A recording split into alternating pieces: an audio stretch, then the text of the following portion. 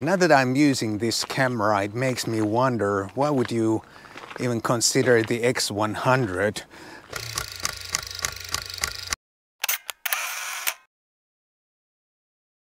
Hi guys, my name is Matti Sulanto and I'm a photographer. And today I'm gonna take a photo walk with this Fuji X-E4 camera and the Fuji 35 f2 lens. And the weather is absolutely gorgeous also today, and it's probably the first day this year that actually gives us some hope that the summer will be here someday eventually. But now let's grab some photos in this gorgeous weather.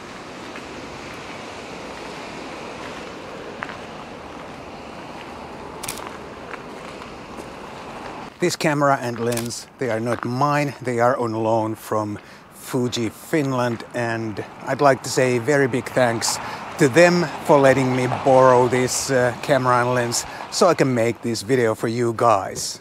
I absolutely love this kind of light, this hard sunlight, partly because we don't get it so often here in Finland, and of course it creates all kinds of light and shadow possibilities, and it's somehow so easy to get decent pictures or pictures that you like.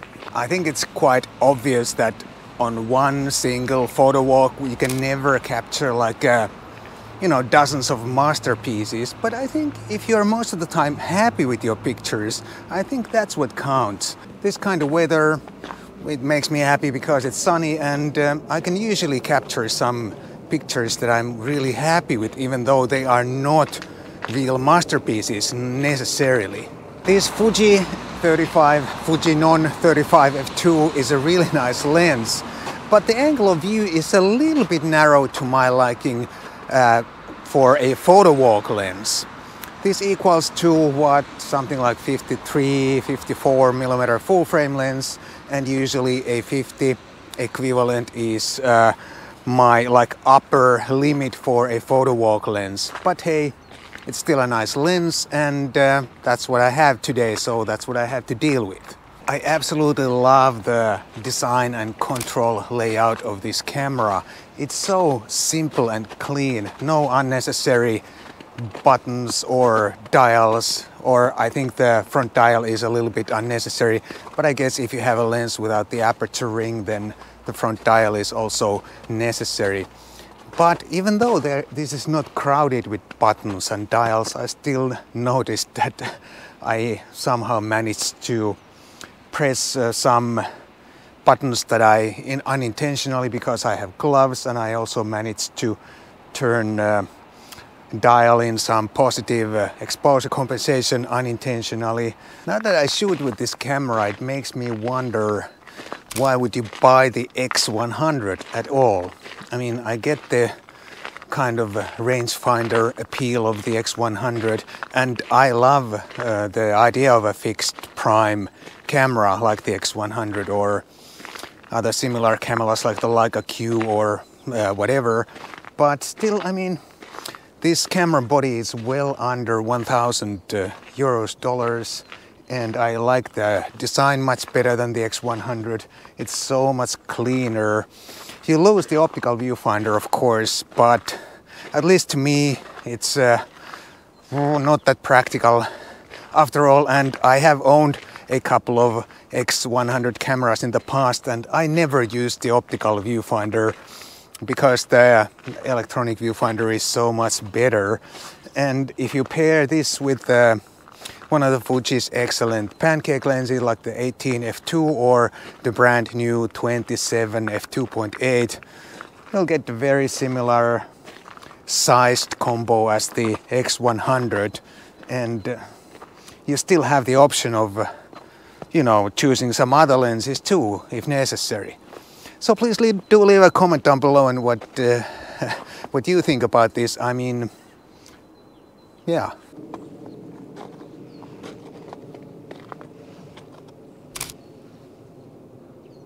With this camera I also have the optional grip and the thumb rest on the hot shoe, and they really transformed the handling of this camera. And to be honest, I don't really understand why they designed the camera body this way. It looks really clean without these two accessories, but it's almost impossible to handle, or not impossible, but it's not very nice, let's put it this way. So why didn't they design the camera like this in the first place, so that the grip and the thumb rest would be like integral part of the camera body? I really don't understand. I really wish the exposure compensation dial had some sort of a lock, because now I've managed to turn it on accidentally at least 3 times already. Nothing serious happened, but it's very annoying. I'm on aperture priority as pretty much always when I'm taking these photo walks, and I'm shooting raw as always, and I post-process my pictures to my liking in Lightroom, and Lightroom can quite well simulate these Fuji film modes or film simulations, and I use those as my starting point when I start processing my pictures.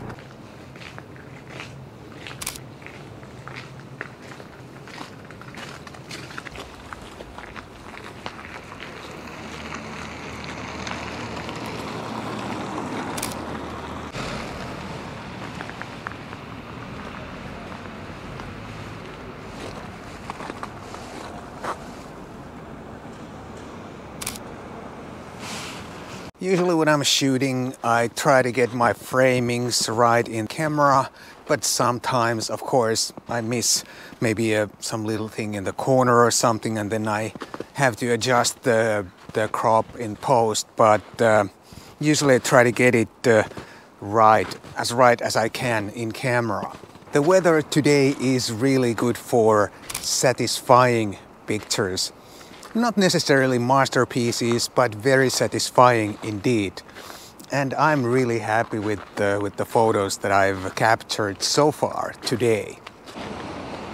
Now this reflection looks really good, but the only problem is that I get my shadow in the picture, and I guess there is just no way to avoid that. So I guess I just have to forget this picture then. Today I've been shooting mostly at f5.6 or higher f numbers, and that is simply because of the depth of field. Today I have no need for any kind of shallow depth of field. I'd rather have a little bit more or a little bit extra depth of field in my pictures.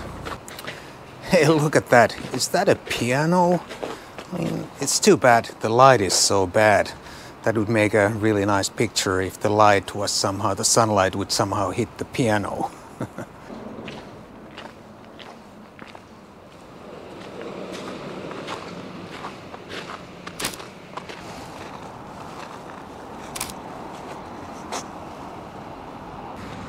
The spring is on its way, but we still do have some ice and snow.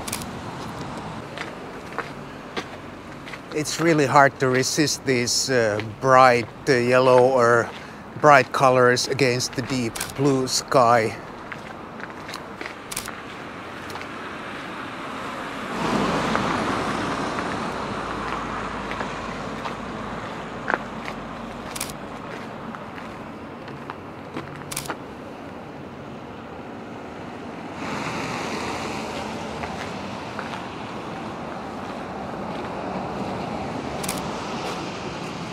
Oh yes, I almost forgot. I'm organizing a workshop in this following August 2022 here in Helsinki with a good friend of mine, Peter Forsgaard. And we still have some open spots left in the workshop. So if you'd like to become a better photographer, better storyteller, please do check out the link down below and sign up as soon as possible. And I hope to see you here in Helsinki in August 2022.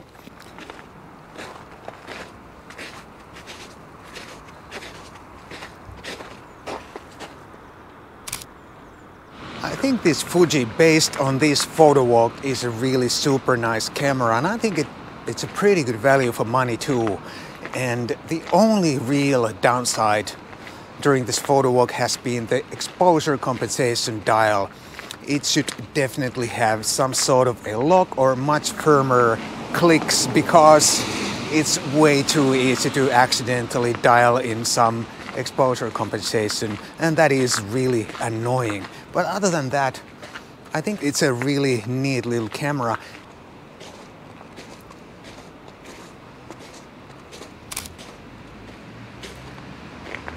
The battery life seems very decent too.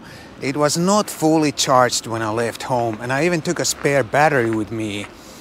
But I still have 2 bars left on the battery, and I haven't even tried to be economical with the battery. I mean, the camera has been on most of the time during this photo walk.